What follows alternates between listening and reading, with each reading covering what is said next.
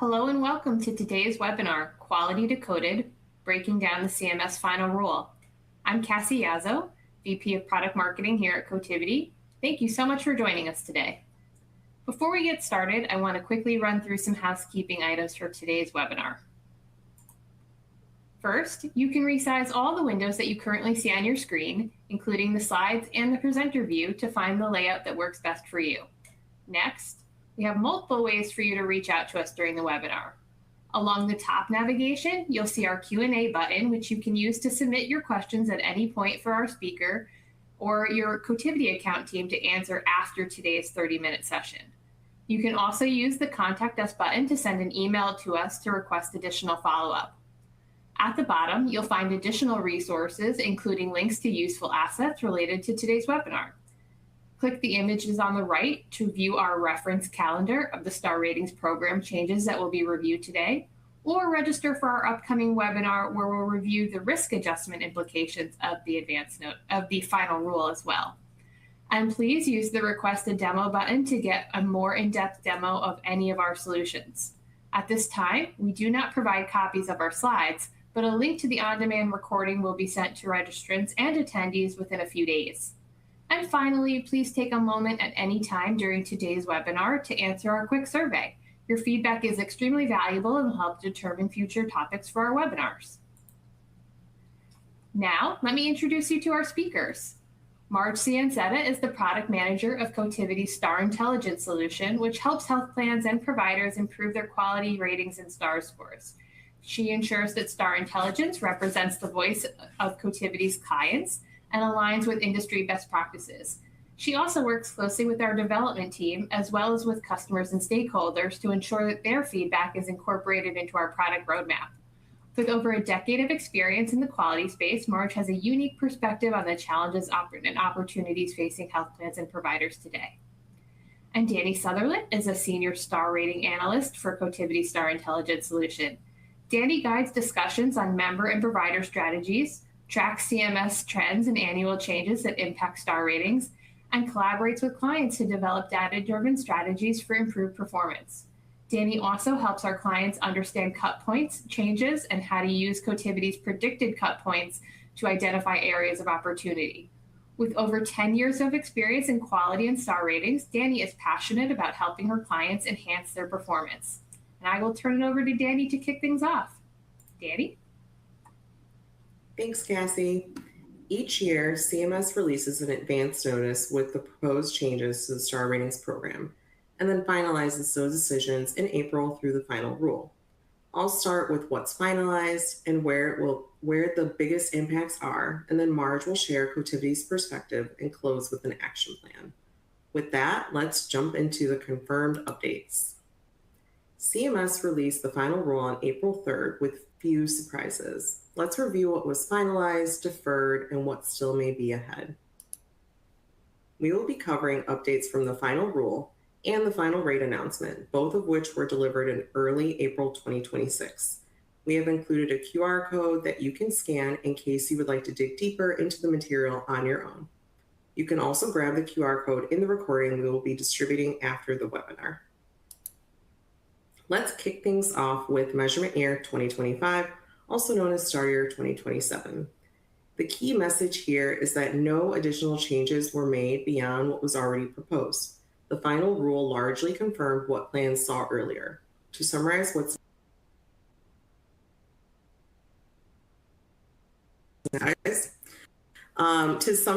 was now finalized, COA pain assessment and the standalone MedRec post-discharge. I'm having technical difficulties. Apologies, guys. Okay, you can still see me. COA pain assessment and the standalone MedRec post-discharge measures are removed. Colorectal cancer screening expands to an ages 45 to 49, but will not be included in improvement calculations for this year. 3 measures enter in the program at a weight of 1. COA functional status assessment, concurrent use of opioids and benzodiazepines, and polypharmacy. And a new statin intolerance exclusion is added to statin therapy for patients with cardiovascular disease. CMS expects minimal disruption overall, but it's still important these changes are accurately reflected in your modeling. As of the April final rule, these items have been codified with no changes. To recap what we know, improving or maintaining physical and mental health increase to a 3 weight after re-entering the STARS program last year at a weight of 1. The MTM program completion rate measure has been removed from STAR ratings and moved to the display page. This measure will be respecified as an expected to return in measurement year 2027, STAR year 2029. The MTM program completion rate, diabetes care eye exam no longer includes hybrid reporting. A change to the reporting method is not considered a substantive change, so this measure will continue to be a part of the STAR ratings program. 2 important program decisions were finalized here. First, CMS confirmed it will not implement the Health Equity Index reward, also known as EHO for all, and will instead continue using the historical reward factor. CMS was very explicit about the reasoning behind this decision. In the final rule, they stated maintaining the historical reward factor instead of implementing the HEI reward will incentivize improvement efforts on clinical care outcomes and patient experience for all enrollees, rather than incentivizing improvement for only certain populations. Bottom line, the incentive structure changed, not the goal. CMS is reinforcing a focus on broad system-wide improvement while making it clear that the past investments, including those tied to health equity, still matter for overall STARS performance. Now let's jump into measurement year 2026, also known as STAR year 2028. These first 2 changes go hand in hand. Traditional medication adherence is officially retired and replaced with the risk-adjusted medication adherence measures, which will enter the STARS program at a weight of 1 in STAR year 2028. CMS had previously discussed adding the opioid prescribing for long duration measure and IET substance use disorder measure in 2026, but those changes were not finalized. With no updated timing in the final rule and the measurement year already underway, it's not likely that they'll be added for 2026. Lastly, there are 2 other finalized changes worth calling out. First, SPC is being removed due to NCQA's substantive updates that expand the eligible population. Given the importance of cardiovascular care, it's likely the respecified version will spend about 2 years on the display page before returning to STARS. Second, CMS finalized the retirement of the call center TTY measures. CMS cited consistently high performance and very little variation across plans. This one likely isn't a surprise given the long-standing operational and legal challenges tied to these measures. Now shifting into measurement year 2027, also known as STAR year 2029, starting with the codified changes. The risk-adjusted medication adherence measures are finalized to increase from a 1 to a 3 weight, reinforcing its importance in the program. The breast cancer screening is also finalized. CMS codified the expanded age range of 40 to 49, and since the measure has completed 2 years on the display page, it will enter the STARS program in measurement year 2027. CMS also finalized adding depression screening and follow-up at a weight of 1. This marks the first measure in STARS that directly focuses on behavioral health, making data completeness especially important. There are still a few items that remain unresolved. MTM and SNP-specific measures were not addressed in the final rule and remain deferred. CMS has signaled that both could either return after the display page or be retired altogether. For now, there's no clear direction, so this is another area to keep watching in future rulemaking. Now, I'm going to cover the remaining measurement year 2027 changes as one group. In November 2025, CMS proposed retiring most of the measures listed here, many of which fall into the operations category. In the final rule, CMS finalized these retirements with one exception: diabetes care eye exam, which was deferred and remains in the STAR ratings program. CMS was very explicit about what this removal does and does not mean. In the final rule, they stated CMS will continue to closely monitor any measure removed from STAR ratings through existing oversight and compliance activities. and will publicly report these measures on the display page. This approach preserves transparency for beneficiaries and other interested parties while allowing the STARS rating program to focus on measures that more meaningfully differentiate performance across contracts. That quote matters because these measures aren't disappearing. They're still monitored and publicly reported. What's changing is the focus of STAR ratings, shifting towards measures that truly differentiate plan performance. That said, this is still a meaningful shift for plans. Many of these were strong performers, so removing them can change overall ratings, making impact modeling especially important next step. Finally, I'll briefly touch on measurement year 2028 and beyond, where things start to look more transitional.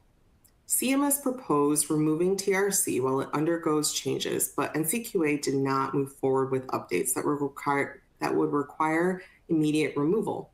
As a result, the timing is still unclear, and this is something we'll need to continue monitoring as more guidance comes out. CMS also proposed removing PCR, but there were no new updates in the final rule. That suggests that this change is likely delayed. If NCQA revisits PCR in the future, it would follow the standard path, moving to the display page before returning to STARS, likely after 2 years. Lastly, many of these longer-term items fall into the broader transition from traditional measures to ECDS. NCQA has indicated that several measures are slated to move to ECDS over the coming years. Though the exact timing isn't fully confirmed, for now, we should expect traditional and ECDS versions to coexist with the traditional measures staying in the STARS program until the ECDS versions are ready. All right, we made it. We've covered a lot today. The pace of change in STAR ratings is clearly not slowing down. If you take anything away today, here are the 4 biggest themes coming out of this final rule. First, CMS decided not to implement the Health Equity Index and instead retain the reward factor. That reinforces a continued focus on clinical care, outcomes, and member experience. Second, several high-performing, low-variation operation measures are officially exiting the program. The intent is to streamline STARS and sharpen where differentiation really matters. Third, the shift to digital measurement continues. NCQA has made it clear that the remaining hybrid measures are expected to be fully digital by 2029. And finally, CMS continues to highlight behavioral health with the addition of depression screening and follow-up measure. This directly aligns with broader CMS quality priorities and the Universal Foundation. From an impact perspective, CMS estimates that these STAR rating changes will result in a net impact of approximately $18.6 billion over 10 years. The impact will vary significantly by plan. That variability makes it critical for each organization to model its own exposure and opportunity. And remember, STARS changes are happening alongside Part D redesign, the V28 risk model transition, flat rate updates, and rising utilization, creating real headwinds for plans. CMS isn't slowing down. Plans that succeed will be the ones that model early, align stakeholders, and stay disciplined about their STAR strategy as the program evolves. With that, I'll hand it over to Marge to share Cotivity's perspective. Thank you very much, Danny. So Danny has done a great job of taking us through all of the details of the program changes. So now what I want to do is zoom out and look at those changes from the 10,000-foot view. My goal is to draw some key takeaways and help plans shape their strategies for long-term success. All right, so let me just orient you to this chart before I start going into the details. So I'm showing 2 things for each of the categories that you see listed here. One, those categories are the logical measure groupings of all of the different STAR measures, CAPS, HEDIS, HOS, etc.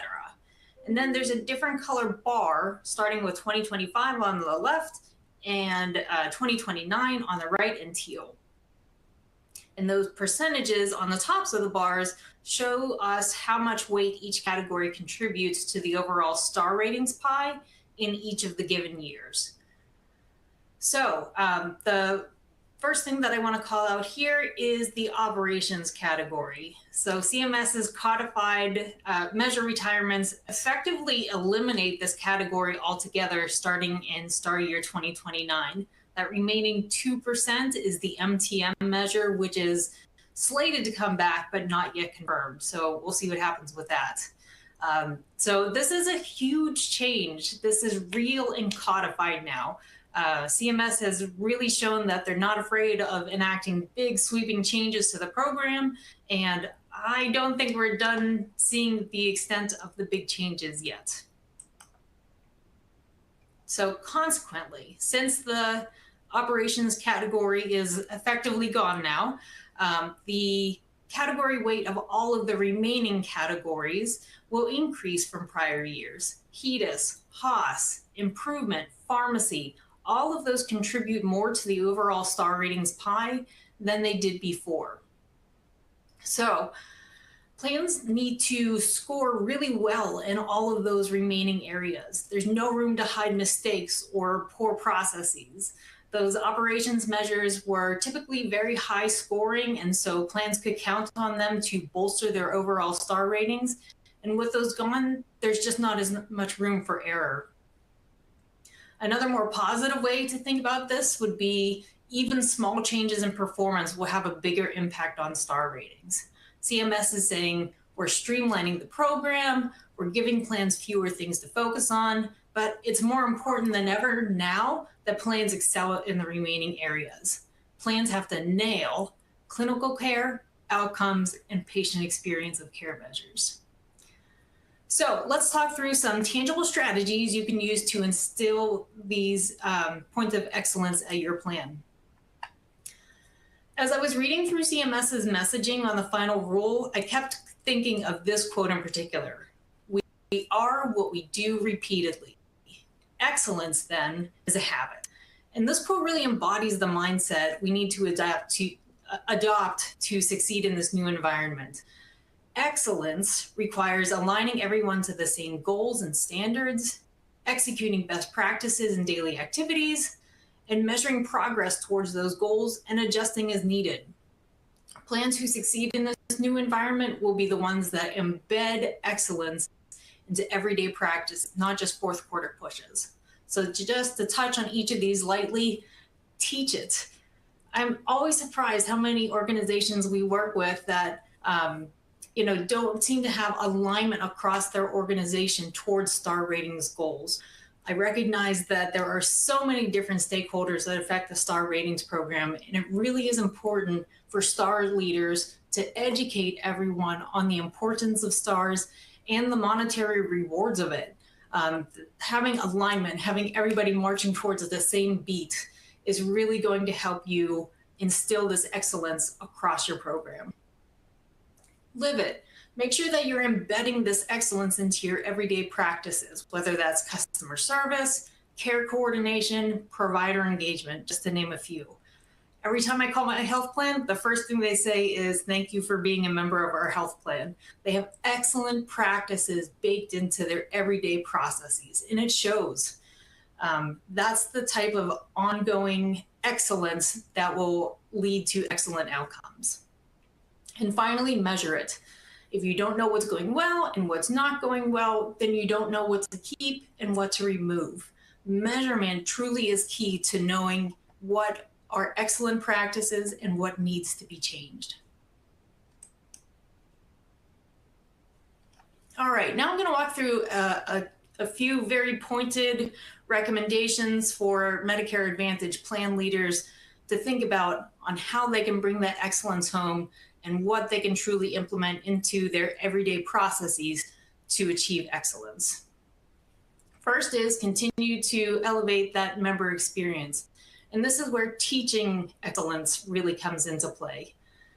With that much weight, excellent member experience is key to long-term success. 34%, around a third of your overall star ratings is going to come from these member experience measures. So instill excellence where you, when you educate members on the best practices, And make sure that you're using information like complaints and grievances, mock surveys, and disenrollment data throughout the year to uncover issues.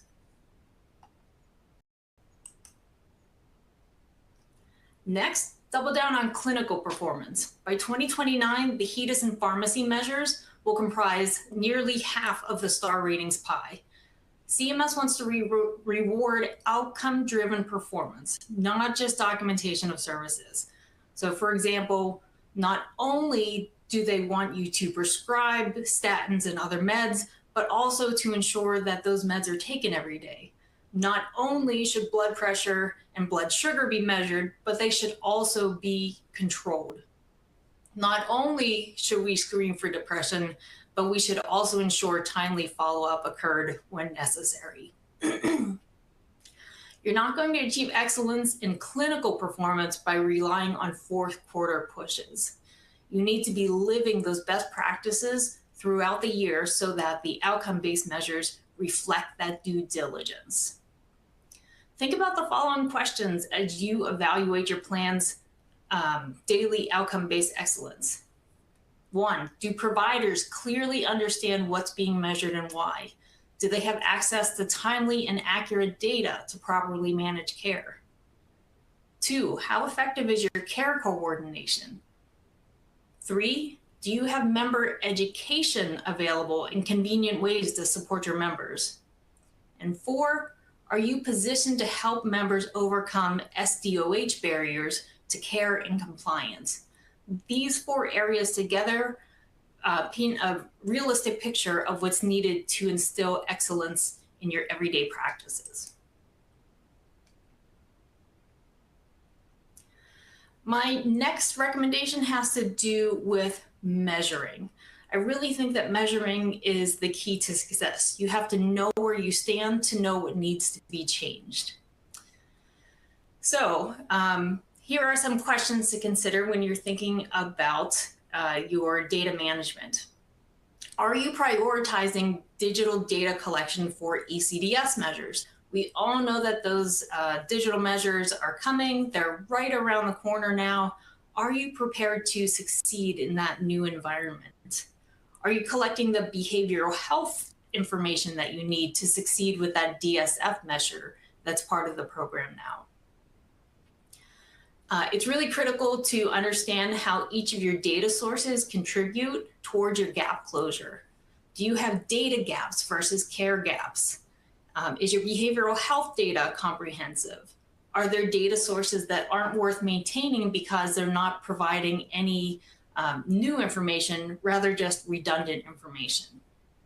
And do your supplemental benefits help members in areas where they need help, such as groceries or transportation? So measuring all of these different areas, understanding how all of your different data sources contribute to your overall star ratings, and then filling in those gaps is going to be critical to success moving forward. And finally, one last takeaway that ties back to teaching it. So the improvement measure is definitely one of those more tricky areas of the star ratings program, but it is so important to educate all of your stakeholders on how it works so they understand why you are aiming for the ratings that you are. It's always best to increase to the next star when possible, but that's not always possible. Oftentimes you will see that that rate needed to trigger improvement is maybe a smaller goal to work towards that will still benefit your overall star ratings. So make sure that plans understand why you are working towards the targets that you are. Is it increasing a star? Is it going to trigger significant improvement? Teaching goes a long way to helping people understand the importance of the numbers that we're working towards. And the improvement measures will be worth 16% of the overall star ratings pie. That's 16% of your pie that you can double dip on. It's not additional work. It's not additional measures that you need to take into account. It's just simply hitting the rates needed to trigger improvement that can affect 16% of your overall pie. So that's too good of an opportunity to pass up. All right, let's now talk about an action plan. With so many changes in play, it can be hard to know where to start. So the following action plan can help you address the most urgent items first, and then lay out a roadmap for continued success throughout the year. So I have this broken up into tomorrow, next 90 days, and 365 days. All of these tie back to that same concept of excellence. Teach it, live it, measure it. So tomorrow, if you haven't already, make sure that you are modeling out the impact of all of these program changes to your contracts in particular. All of those operations measures, the removal of the health equity index is really capable of having a major impact on your contract ratings. So make sure you know where you stand so that you can figure out what type of plan you need to make. Some will be heavily affected, some will be hardly affected. Make sure all of your stakeholders have a seat at the table. We mentioned earlier that STARS takes such alignment across your organization. And this is often an area where plans struggle. So you really want to make sure that you have everyone who needs a seat at the table has that seat and is involved in the conversations and aligned towards the same goals. And that ties right into the next point, which is educate teams on STARS. Make sure they understand what changed, why it's important, and what's at stake financially. In the next 90 days, develop a multi-year plan to reach or improve your STAR ratings goals. As I also said earlier, we're not going to be able to incorporate excellence overnight. And if you are heavily impacted by all of these changes caused by measure retirements, then it might take a year or two to get back to your desired STAR ratings. So really think through what to prioritize today and what can maybe wait until the following year, but make sure you're working towards a multi-year plan that lays out your path to success. If everybody is aligned towards what we're working towards, then we're much more likely to achieve those goals, which ties right into gaining alignment from key stakeholders. It really is important to make sure that everybody is marching to the same beat and has the same goals in mind. Don't be your own worst enemy. And design processes to achieve success. This is where it's really important to bake excellence into your everyday activities. We won't achieve high STAR ratings consistently just by focusing on fourth quarter pushes and things of that nature. We need to be more proactive than we ever have been before. So really review your processes and ensure that you have excellence at every member touch. And then in the next 90 to 365 days, here's where we're going to be a little bit more strategic and start thinking long-term. Number one is make sure that you're collecting member experience data to uncover CAHPS issues. If you're doing something like mock CAHPS surveys, you can get feedback from your members in real time during the year to understand where they are experiencing member issues. And if you see common themes across survey results, you can recognize that those are areas that need to be changed to improve and achieve excellence. Number two, prioritize your digital data strategy. It's so easy to turn a blind eye to digital measurement because it's truly not needed today, but it really is right around the corner. Make sure that you're taking the steps today to measure your digital data sources and understand what is contributing to your success and where you still are lacking in certain measures. And last of all, measure program effectiveness and refine. If you're not measuring it, it's not going to be refined and it's not going to get better. So really take a hard look at all of your different programs and understand what works well, what doesn't work well, and what needs to be refined. So to sum up my strategy towards STAR ratings, my recommendation going forward is truly that lesson of excellence is a habit that needs to be lived every day. So with that, I'm going to turn it back over to Cassie to wrap us up. Thank you, Marge, and thank you, Danny. Such great information. But we definitely know that these key dates and all of the details can be often tough to track. So before we close today, I do have a couple of resources to share. I welcome you to download Cotivity's CMS Star Ratings Calendar as a reminder of all of the proposed and confirmed changes to the CMS Star Rating system. We keep this calendar consistently updated throughout the year, so you can always bookmark this tool and come back to it as a reminder of any of the proposed and confirmed upcoming changes to the system, to the star rating system. You might also recognize the color coding that you see on the screenshot of the calendar on the slide. The statuses that Marge and Danny showed you today match the colors used for the proposed and confirmed changes on this calendar resource. So you'll get the recording in the next few days, and you can match it up with what they talked about in detail with what you see on the calendar. And if you need help building a deeper strategy, Cotivity tracks and applies all of CMS's updates to measures and weights in our Star Intelligence solution, helping our clients get ahead of any anticipated changes. You can learn more about Star Intelligence by contacting us at answers@cotivity.com. Next, here is the schedule of our other webinars in the Quality Decoded series featuring Marge, Danny, and other experts from Cotivity's Quality and Stars team. If you haven't already, you can register for any or all of the rest of the series or watch those that we've already completed on demand. We're closely monitoring any ongoing modifications and updates to rules and guidelines set by CMS and NCQA, and we'll incorporate those into these webinars. Next week, our team is also reviewing the risk adjustment implications of the final rule. You or your colleagues are welcome to sign up and share the link to register for that session as well. There's a link right here in the platform for you to click on and register for that. And that concludes today's webinar. Thanks to our speakers, Danny and Marge. We'll be reaching out to you via email shortly with a link to the on-demand recording of the webinar. And don't forget to take a moment and answer our survey about your experience today. Thanks for joining us today, and we look forward to seeing you again soon.